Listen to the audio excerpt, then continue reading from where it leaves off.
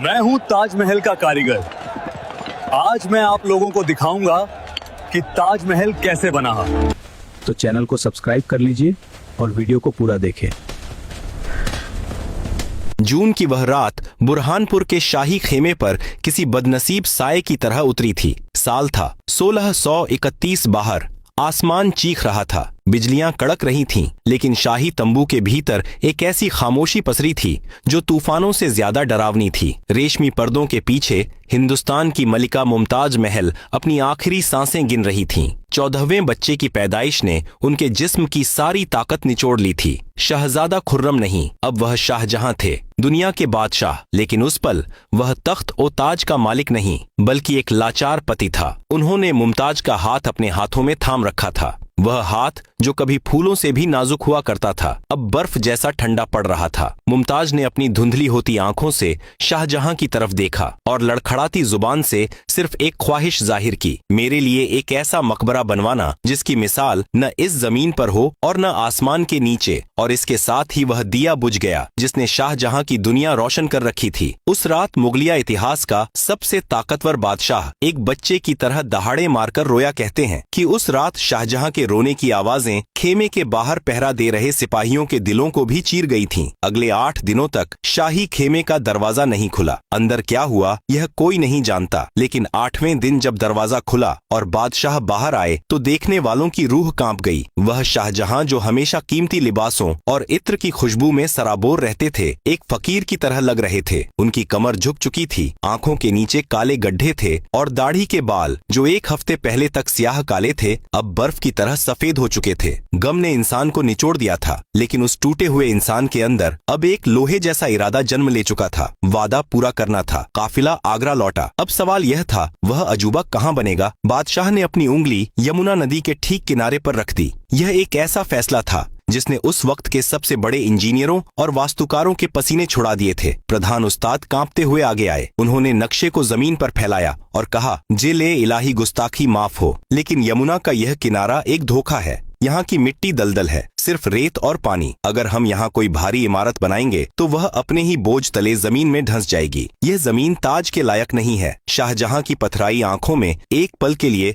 वह पुरानी आग लौटी। उन्होंने धीमी लेकिन सख्त आवाज में कहा, तो फिर जमीन को लायक बनाओ। अगर यमुना बगावत करे तो उसे बेड़ियों में जकड़ लो मुमताज। वहीं सोएंगी जहाँ से उन्हें बहती नदी की आवाज सुनाई दे। और फिर शुरू हुआ इंसान और कुदरत के बीच का सबसे बड़ा दंगल। आगरा के उस किनारे पर जहाँ कभी सियार और जंगली जानवर घूमा करते थे, अब 20,000 मजदूरों का सैलाब उमड़ पड़ा था। लेकिन उन्हें ऊपर नहीं नीचे जाना था, पाताल की तरफ। उस जमाने में सीमेंट या कंक्रीट नहीं था। इंजीनियरों ने एक नायाब तरीका निकाला। उन्होंने जमीन के सीने को छलनी करना शुरू किया। एक के बाद एक सैकड़ों गहरे कुएं खोदे जाने लगे। यह मंजर किसी भयानक सपने जैसा था। मजदूर रस्सियों के सहारे अंधेरे गीले कुओं में उतरते। नीचे कीचड़ था, जहरीली गैसें थीं और धंसती हुई मिट्टी का डर था। कई बार मिट्टी सरकती और मजदूर हमेशा के लिए उसी नींव में दफन हो जाते। लेकिन काम नहीं रुका, एक भी पल के लिए नहीं। जब कुएं अपनी गहराई तक पहुंच गए तो उन्हें पत्थरों और मलबे से भरा गया। लेकिन इस नींव का असली रहस्य पत्थर नहीं, लकड़ी थी। इंजीनियरों ने आबनूस और महोगनी के विशाल पेड़ों को कटवाया। इन लकड़ियों के बड़े बड़े लट्ठों को उन कुओं के अंदर गाड़ा गया। यह एक जुआ था। अगर लकड़ी गलती तो ताजमहल गिर जाता। लेकिन यह एक वैज्ञानिक चमत्कार था। ये खास लकड़ियां जितनी ज्यादा नमी और पानी में रहती हैं, उतनी ही लोहे जैसी सख्त होती जाती हैं। यमुना नदी जो इस इमारत को डुबाने की दुश्मन मानी जा रही थी, उसे ही इंजीनियरों ने इस इमारत का रक्षक बना दिया। महीने बीतते गए। धूल और पसीने की बदबू ने इत्र के शहर आगरा को घेर लिया। नींव का वह चबूतरा अब जमीन से ऊपर उठने लगा था। यह सिर्फ ईंटों का ढेर नहीं था, यह एक जाल था जो किसी भी भूकंप के झटके को सहने के लिए तैयार किया जा रहा था। जब चबूतरा बनकर तैयार हुआ तो वह लाल बलुआ पत्थर की एक विशाल चट्टान जैसा लग रहा था। शाहजहां ने उस चबूतरे पर खड़े होकर यमुना को देखा। उन्होंने कुदरत की जिद को हरा दिया था। नींव पड़ चुकी थी, लेकिन बादशाह का जुनून यहीं खत्म नहीं हुआ। उन्होंने अपने वजीरों को बुलाया और एक ऐसा फरमान सुनाया जिसने शाही खजाने की रूह कंपा दी। यह इमारत लाल पत्थर की नहीं होगी। शाहजहां ने आसमान की तरफ देखते हुए कहा, यह पूरी इमारत नीचे से लेकर ऊपर गुंबद की आखिरी नोक तक सिर्फ और सिर्फ बेदाग सफेद संगमरमर की होगी। दरबार में सन्नाटा छा गया। उस दौर में सफेद संगमरमर इतना कीमती था कि उसका इस्तेमाल सिर्फ छोटी मोटी नक्काशी के लिए होता था। इतनी विशाल इमारत को पूरा संगमरमर से बनाना यह पागलपन था। यह पत्थर आगरा में नहीं मिलता था। यह 400 किलोमीटर दूर राजस्थान की जलती हुई गर्मी में मकराना की खानों में छुपा था। लेकिन शाहजहां के लिए अब कीमत का कोई मतलब नहीं था। उनके लिए यह पत्थर नहीं, मुमताज की रूह का लिबास था, और उस लिबास को लाने के लिए अब 1000 हाथियों की फौज तैयार की जा रही थी। संघर्ष का पहला अध्याय खत्म हुआ था, लेकिन असली इम्तिहान दूधिया पत्थर का वह सफर अभी शुरू होने वाला था। नींव अब यमुना के पानी को चुनौती दे रही थी, लेकिन शाहजहां का असली सपना अभी कोसों दूर राजस्थान की तपती रेत में सोया हुआ था। बादशाह ने फरमान जारी कर दिया था कि मुमताज का मकबरा किसी साधारण पत्थर से नहीं बल्कि सफेद मकराना संगमरमर से बनेगा। उस दौर में यह फैसला केवल खर्चीला नहीं बल्कि एक तरह का पागलपन था। मकराना आगरा से 400 किलोमीटर दूर था। बीच में था थार का रेगिस्तान, जलती हुई गर्मी और धूल भरी आंधियां। लेकिन इश्क कब फासलों से और अविश्वसनीय सफर शुरू हुआ। इतिहास गवाह है कि उस वक्त 1000 हाथियों का एक विशाल लश्कर तैयार किया गया। जी हाँ, 1000 हाथी, इनके साथ हजारों बैलगाड़ियां और अनगिनत मजदूर थे। राजस्थान की खदानों से जब विशालकाय सफेद चट्टानें काटी जाती थीं, तो उनके गिरने की आवाज से धरती कांप उठती थी। इन चट्टानों को बड़ी सावधानी से खास तौर पर बनाई गई लकड़ी की गाड़ियों पर लादा जाता। जरा उस मंजर की कल्पना कीजिए। रेगिस्तान के सन्नाटे में मीलों लंबा काफिला रेंग रहा है। पहियों की चरमराहट, बैलों की घंटियां और मजदूरों के लोकगीत। यह पत्थरों का सफर नहीं था, यह एक सफेद नदी थी जो रेगिस्तान को चीरती हुई आगरा की तरफ बह रही थी। एक एक पत्थर कई टन भारी था। अगर रास्ते में एक भी पत्थर चटक जाता तो महीनों की मेहनत मिट्टी में मिल जाती। यह सफर हफ्तों, कभी कभी महीनों तक चलता था। जब वह सफेद पत्थर आगरा की छावनी में पहुंचता तो उसे ऐसे छुआ जाता जैसे वह पत्थर नहीं बल्कि कोई मुकद्दस चीज हो। आगरा अब दुनिया का सबसे बड़ा कारखाना बन चुका था। फारस, तुर्की, बगदाद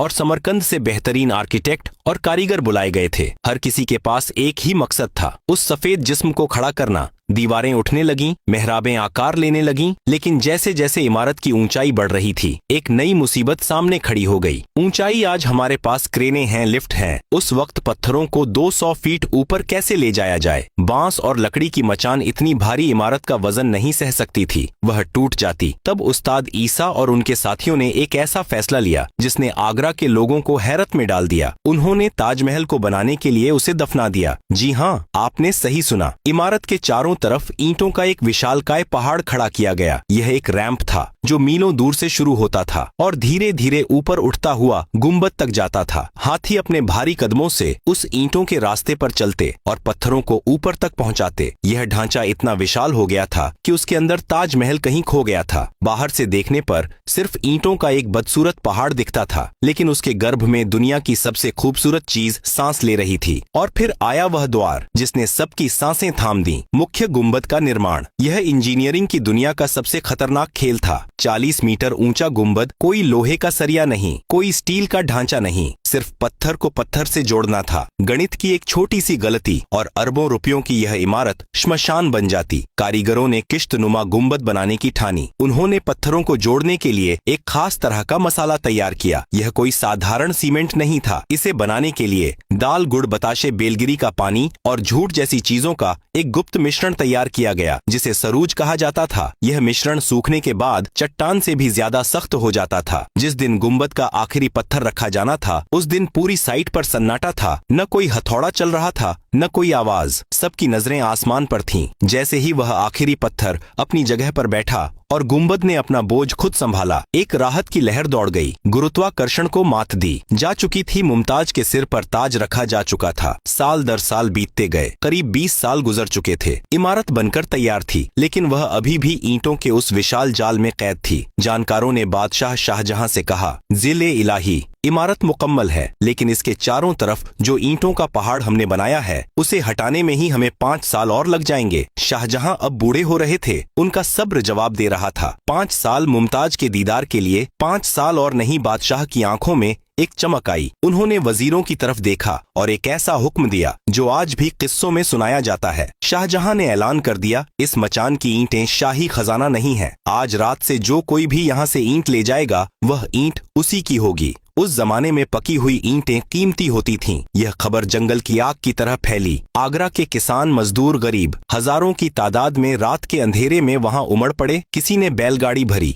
किसी ने सिर पर उठाया, किसी ने झोली में। पूरी रात आगरा जागता रहा और जब अगली सुबह सूरज की पहली किरण यमुना के पानी पर गिरी तो वह ईंटों का बदसूरत पहाड़ गायब हो चुका था और वहां खड़ा था वह बर्फ जैसा सफेद, बेदाग और इतना रोशन कि आंखों को यकीन न आए। ऐसा लग रहा था मानो खुदा ने जन्नत का एक टुकड़ा जमीन पर रख दिया हो। सूरज की रोशनी में वह सफेद संगमरमर सोने की तरह चमक रहा था। शाहजहां ने जब पहली बार मुकम्मल ताजमहल को देखा तो वह घुटनों के बल बैठ गए। उनका वादा पूरा हो चुका था, लेकिन क्या यह काफी था? नहीं। अभी तो इस सफेद कैनवस पर रंगों की बारिश होनी बाकी थी। अभी तो उन पत्थरों को बोलना सीखना था। अभी दुनिया की सबसे महंगी नक्काशी का जादू शुरू होना बाकी था, जो खजाने को खाली कर देगा लेकिन दुनिया को हमेशा के लिए अमीर कर जाएगा। वह सफेद ढांचा खड़ा हो चुका था, लेकिन बादशाह शाहजहां के लिए वह अभी भी अधूरा था। वह कोरा था, बिल्कुल एक सफेद कफन की तरह। बादशाह चाहते थे कि मुमताज की कब्र के आसपास ऐसे फूल खिलें जो कभी मुरझाए नहीं, ऐसे रंग हों जो कभी फीके न पड़े। और यहीं से शुरुआत हुई दुनिया की सबसे बारीक और सबसे महंगी कलाकारी की, जिसे हम पच्चीकारी या परचिनकारी कहते हैं। यह कोई पेंटिंग नहीं थी। पेंटिंग तो धूप और बारिश में मिट जाती है। यह पत्थर के दिल में पत्थर को जड़ने की कला थी। शाहजहां ने दुनिया के कोने कोने में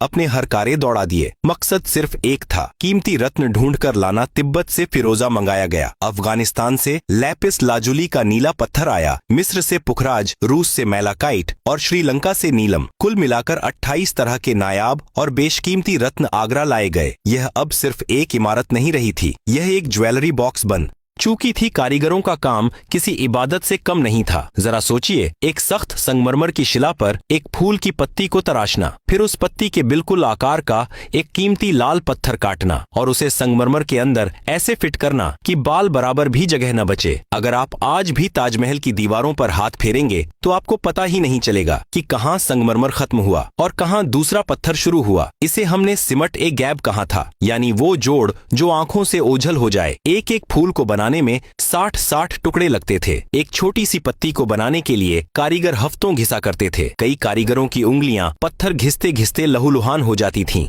कई की आंखों की रोशनी चली गई, लेकिन जुनून ऐसा था कि कोई रुकने को तैयार नहीं था। लेकिन सवाल यह था, यह पत्थर चिपकेंगे कैसे? सदियों तक आंधी, तूफान और यमुना की नमी को ये नन्हे पत्थर कैसे झेलेंगे? यहाँ हमारे उस्तादों ने कीमियागिरी का वह राज इस्तेमाल किया जो आज भी एक पहेली है। एक खास तरह का गोंद तैयार किया गया। इसे बनाने की विधि किसी जादू टोने से कम नहीं थी। इसमें पुराना गुड़ बताशे, बेलगिरी का फल, उड़द की दाल का पानी, दही, झूठ और ढेर सारा नींबू का रस मिलाया गया। इसे बड़े बड़े कड़ाहों में तब तक पकाया जाता जब तक यह लेई चट्टान जैसी मजबूत न हो जाए। यही वह गुप्त मसाला था जिसने उन कीमती रत्नों को आज 400 साल बाद भी अपनी जगह से हिलने नहीं दिया है। इमारत सज रही थी, लेकिन बादशाह को अभी भी कुछ कमी लग रही थी। वह चाहते थे कि यह इमारत बोले। वह चाहते थे कि खुदा का पैगाम दीवारों पर लिखा जाए। तब बुलाया गया उस दौर के सबसे महान कैलीग्राफर अमानत खान शिराजी को। उन्होंने ताजमहल के मुख्य दरवाजे पर कुरान की आयतें लिखने का काम शुरू किया। लेकिन यहाँ एक बहुत बड़ी समस्या थी। जब आप जमीन पर खड़े होकर 100 फीट ऊपर लिखी हुई कोई चीज देखते हैं तो वह छोटी दिखाई देती है और पढ़ी नहीं जा सकती। अमानत खान ने यहाँ एक नजरों के धोखे का इस्तेमाल किया। उन्होंने ऊपर के अक्षरों को नीचे के अक्षरों की तुलना में काफी बड़ा लिखा, लेकिन इस तरह लिखा कि जब कोई इंसान नीचे से ऊपर देखे तो उसे सारे अक्षर एक ही साइज के दिखाई दें। यह गणित और कला का ऐसा संगम था जिसने दुनिया को चौंका दिया। शाहजहां इस काम से इतने खुश हुए कि उन्होंने ताजमहल पर सिर्फ एक ही इंसान को अपना नाम लिखने की इजाजत दी और वह थे अमानत खान। आज भी आप गुंबद के पास उनके हस्ताक्षर देख सकते हैं। धीरे धीरे ताजमहल मुकम्मल हो रहा था और जैसे जैसे यह पूरा हो रहा था हमें एक अजीब बात महसूस होने लगी। यह इमारत जिंदा थी। शाहजहां ने इसे ऐसे बनवाया था कि यह मुमताज के मिजाज की तरह अपने रंग बदले। सुबह के वक्त जब सूरज की पहली किरणें कोहरे को चीरकर आती हैं तो ताजमहल हल्का गुलाबी दिखाई देता है, बिल्कुल वैसा जैसा मुमताज का चेहरा शर्म से गुलाबी हो जाता था। दोपहर की तेज धूप में यह बर्फ जैसा सफेद चमकता है जो बादशाह की शान और ताकत को दिखाता है। और शाम ढलते ही, ओह शाम का वह मंजर, जब चांद निकलता है तो यह इमारत सुनहरी और कभी कभी हल्के नीले रंग में बदल जाती है। ऐसा लगता है मानो यमुना के किनारे कोई फरिश्ता इबादत में खड़ा हो। संगमरमर की यह खासियत है कि वह रोशनी को सोखता नहीं बल्कि उसे परावर्तित करता है। हमने और आपने तो सिर्फ पत्थर जोड़े थे, लेकिन बादशाह ने उन पत्थरों को महसूस करना सिखा दिया था। साल 1648 आया। मुख्य मकबरा तैयार था, बाग बगीचे लग चुके थे, फव्वारे चल चुके थे। 22 साल लगे थे। इस सपने को हकीकत बनने में शाही खजाना लगभग खाली हो चुका था। मुमताज का वादा पूरा हो चुका था। शाहजहां जब पहली बार मुकम्मल ताजमहल के अंदर गए, मुमताज की कब्र के पास तो वह घंटों खामोश खड़े रहे। चारों तरफ फैली उस अलौकिक खूबसूरती के बीच उन्हें सिर्फ अपनी बेगम की मौजूदगी का एहसास हो रहा था। उन्होंने कहा था, यह इमारत सिर्फ मोहब्बत की दास्तान नहीं सुनाएगी, बल्कि यह आने वाले जमाने को बताएगी कि इश्क ने पत्थर को भी पिघला दिया था। लेकिन हर खूबसूरत कहानी का अंत सुखद नहीं होता। चिराग जब बुझने वाला होता है तो सबसे तेज फड़फड़ाता है। ताजमहल तो बनकर खड़ा हो गया था, लेकिन उसे बनाने वाले बादशाह की तकदीर में अब अंधेरा लिखा जा चुका था। जिस बेटे ने इस तख्त के लिए जन्म लिया था, वही बेटा अब अपने बाप के सबसे बड़े गर्व को उनके सबसे बड़े दर्द में बदलने वाला था। शाही तख्त हिलने वाला था और ताजमहल का वह सफेद गुंबद एक खूनी इतिहास का गवाह बनने जा रहा था। वक्त बहुत जालिम होता है मेरे दोस्त। यह वही वक्त था जिसने शाहजहां को दुनिया का बादशाह बनाया था, और यह वही वक्त था जिसने उन्हें अपने ही घर में एक बेबस कैदी बना दिया। साल 1658 ताजमहल को मुकम्मल हुए। अभी 4 साल ही बीते थे। संगमरमर की चमक अब भी नई थी, लेकिन मुगलिया सल्तनत की चमक फीकी पड़ने लगी थी। शाहजहां बीमार पड़ गए और जैसा कि तख्त और ताज की फितरत होती है, उनके बेटों के बीच तलवारें खींच गईं। दारा शिकोह जो बादशाह के चहेते थे और औरंगजेब जो तलवार और मजहब के पक्के थे। जंग हुई और नतीजा वही हुआ जो अक्सर इतिहास में होता है। ताकत ने जज्बात को हरा दिया। औरंगजेब जीत गया। उसने अपने भाइयों को रास्ते से हटाया और अपने ही बूढ़े बाप शाहजहां को आगरा के किले में नजरबंद कर दिया। जरा सोचिए, उस बदनसीबी की जिस बादशाह ने हिंदुस्तान को ताजमहल जैसा तोहफा दिया, उसे उसी शहर में एक छोटे से महल मुसम्मन बुर्ज में कैद कर दिया गया। उनसे उनकी सल्तनत, उनकी फौज, उनका खजाना सब छीन लिया गया। यहाँ तक कि उन्हें पीने के पानी के लिए भी तड़पाया गया। कहा जाता है कि बादशाह ने अपने बेटे को खत लिखा था, तुमसे तो वे हिंदू अच्छे हैं जो अपने मरे हुए माता पिता को भी पानी पिलाते हैं, और तुम अपने जिंदा बाप को प्यासा मार रहे हो। लेकिन औरंगजेब ने शाहजहां से सब कुछ छीना, सिवाय एक चीज के। एक खिड़की। उस कैद खाने में एक छोटी सी झरोखा नुमा खिड़की थी, और उस खिड़की से क्या दिखता था? यमुना के उस पार खड़ा दूधिया रोशनी में नहाया हुआ ताजमहल। अगले 8 साल, जी हाँ 8 लंबे और तन्हा साल, शाहजहां ने उसी खिड़की पर बैठकर गुजार दिए। अब उनके पास न तो मयूर सिंहासन था, न ही दरबारियों की भीड़। अब उनके पास सिर्फ यादें थीं। मैं उस्ताद याकूब अब बहुत बूढ़ा हो चुका था, लेकिन कभी कभी मुझे किले के सेवकों से खबरें मिलती थीं। वे बताते थे कि बूढ़े बादशाह अब चल फिर नहीं सकते, उनकी नजर कमजोर हो गई है, लेकिन फिर भी वह घंटों उस खिड़की से टकटकी लगाए ताज को देखते रहते हैं। जब कमजोरी के कारण वह उठकर खिड़की तक नहीं जा पाते थे, तो उन्होंने दीवार पर एक छोटा सा शीशा लगवा लिया था। वह लेटे लेटे उस शीशे में ताजमहल का अक्स देखते रहते थे। वह मकबरा जिसमें उनकी महबूबा सो रही थी, अब वही उनका एकमात्र साथी था। वह दूर से ही मुमताज से बातें करते। हवाएं जब यमुना पार करके किले तक आती तो शाहजहां को लगता कि मुमताज उन्हें जवाब दे रही हैं। यह दुनिया की सबसे अजीब और दर्दनाक प्रेम कहानी थी। एक तरफ खामोश पत्थर का ताजमहल और दूसरी तरफ खामोश आंसुओं का बादशाह। साल 1666 जनवरी की सर्द रात थी। खबर आई कि शाहजहां की तबीयत बहुत बिगड़ गई है। वह अपने बिस्तर पर थे। नजरें उसी शीशे पर जमी थीं जिसमें ताजमहल की परछाई दिख रही थी। उनकी सांसें उखड़ रही थीं, लेकिन होठों पर एक ही नाम था, मुमताज। और फिर 74 साल की उम्र में वह दिल हमेशा के लिए धड़कना बंद हो गया जिसने पत्थर को धड़कना सिखाया था। औरंगजेब ने कोई शाही जनाजा नहीं निकाला, कोई तोपें नहीं दागी गईं, कोई मातम नहीं मनाया गया। रात के अंधेरे में चुपचाप कुछ खादिमों और हिजड़ों ने बादशाह के ताबूत को उठाया। उन्हें उसी यमुना नदी के रास्ते नाव में ले जाया गया जहां से कभी संगमरमर के पत्थर आए थे। ताजमहल का भारी दरवाजा खोला गया। अंदर मुमताज महल की कब्र बिल्कुल बीचों बीच बनी हुई थी। इस्लाम और वास्तुकला के नियम कहते हैं कि हर चीज सिमेट्रिकल यानी बराबर होनी चाहिए। ताजमहल का हर कोना, हर मीनार, हर बाग एक दूसरे का आईना है, लेकिन उस रात वह सिमेट्री, वह संतुलन जानबूझकर तोड़ दिया गया। शाहजहां की कब्र को मुमताज की कब्र के ठीक बगल में पश्चिम की तरफ बनाया गया। अगर आप आज भी वहां जाएंगे तो देखेंगे कि मुमताज की कब्र सेंटर में है और शाहजहां की कब्र थोड़ी साइड में थोड़ी बड़ी और ऊंची है। यह उस इमारत की एकमात्र कमी है, लेकिन मेरे नजरिए से देखो तो यही उसकी सबसे बड़ी खूबसूरती है, क्योंकि मोहब्बत किसी नियम नियम, किसी कानून, किसी सिमिट्री को नहीं मानती। वह कब्र वहाँ यह बताने के लिए है कि आखिर में तमाम दूरियों, कैद खानों और मौत के बाद भी प्रेमी अपनी प्रेमिका से मिल ही गया। आज मैं उस्ताद याकूब अपनी आखिरी सांसें गिन रहा हूँ। मेरे हाथ अब पत्थर नहीं तराश सकते, लेकिन मुझे सुकून है। मैंने एक ऐसा करिश्मा बनते देखा है जो वक्त को हरा चुका है। सदियां गुजर जाएंगी, बादशाह आएंगे और चले जाएंगे, सल्तनतें बनेंगी और मिट जाएंगी, लोग शाहजहां को भूल जाएंगे, मुमताज को भूल जाएंगे, और हम मजदूरों को तो खैर कोई याद भी नहीं रखेगा। लेकिन जब तक यह दुनिया कायम है, यमुना के किनारे खड़ा वह सफेद आंसू चमकता रहेगा। जब भी कोई आशिक प्यार की कस्में खाएगा, उसे ताजमहल याद आएगा। जब भी कोई इंसान खूबसूरती की मिसाल देगा, उसे ताजमहल याद आएगा। यह सिर्फ संगमरमर नहीं है साहब, यह इश्क है जो फना होकर भी जिंदा है।